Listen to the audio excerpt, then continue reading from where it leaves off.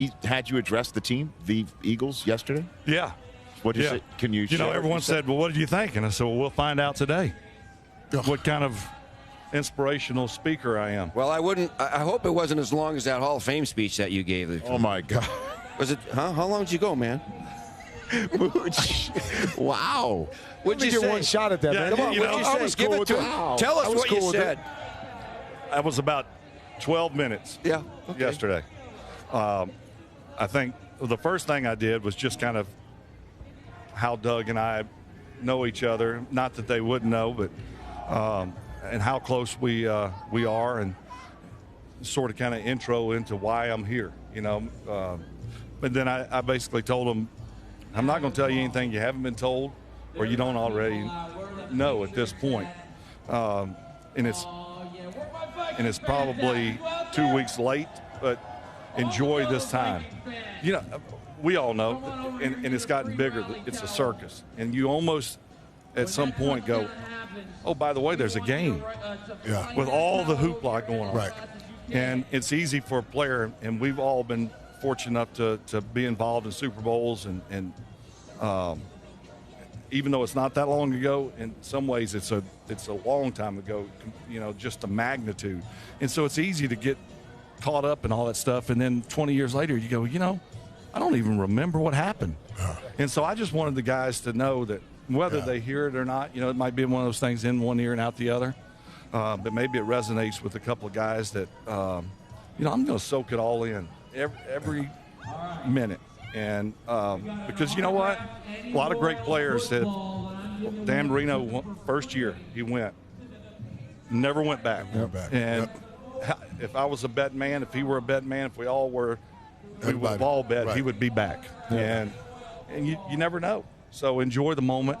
And, you know, you got each other's backs, and that's what got you to this point, and enjoy it. And one thing I did tell them, there's 70 plays on average in a game on offense, 70 plays roughly on defense. The average play lasts 3 to 4 seconds. And I said, if you do the math, you're talking about when it's all said and done, you actually played about 3 or 4 minutes if you start every play.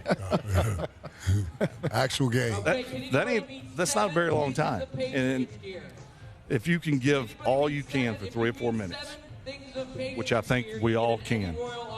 And, you know, a lot of guys were like, I can see them doing the math. It's not a long time. And so you spend a lot more time waiting on TV timeouts and between plays and things like that. So to keep focused for 3 or 4 plays and to give your all is a challenge. Yeah, it's interesting because, I mean, you talk about that, and we talk so much about all those other things that it's probably managing the other things that's more important than those 3 or 4 minutes when you're playing the halftime, the pregame, you know, all the long timeouts. You have that famous shot that we see at Super Bowl time every year. You throw that touchdown pass, I think it was Andre Rison, and the helmet comes off, and you're flying around. Everybody's telling me you're hyperventilating on the sideline, you know, just because of the emotion of it.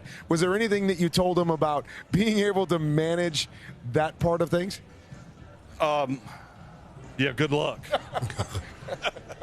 And I did talk about that particular play, and I talked about it because one of the things that, and this is a tip that could go to anyone, and later in my career is when I started doing it. I told the guys, I said, look, you're going to have a little bit of private time, alone time between now and the game. So go up to your room, and I encourage you to, you know, from an offensive standpoint, you got first 15. Defensively, you got certain blitzes and things that you're going to do. There's certain situations that you've stressed this week that when New England lines up in a bunch and they do this, expect this. Or from an offensive standpoint, 3rd and 3 to 6, we know they do this, but if they line up this way, expect. And what I was basically trying to get across to them is walk through that in your mind. Yep. Bark out the signals. Envision what you know, confetti coming down, and the crowd is just rocking and rolling, and being able to focus on what type of break you want to make on your route, and see yourself making that catch. Because I sat in the room all week long watching the replays, as we all did, of Super Bowls. And I kept seeing Razor, and Joe Montana in New Orleans. And I thought to myself, that would be really cool if I could do that. But we never checked to that play. I mean, it was in our book, but we never checked to it. New England played zero all-out blitz. First play of the game, lo and behold, I go, you got to be kidding me.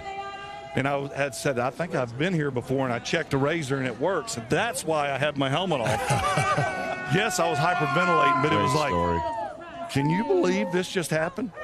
I was just thinking about this yesterday. In the Super Bowl.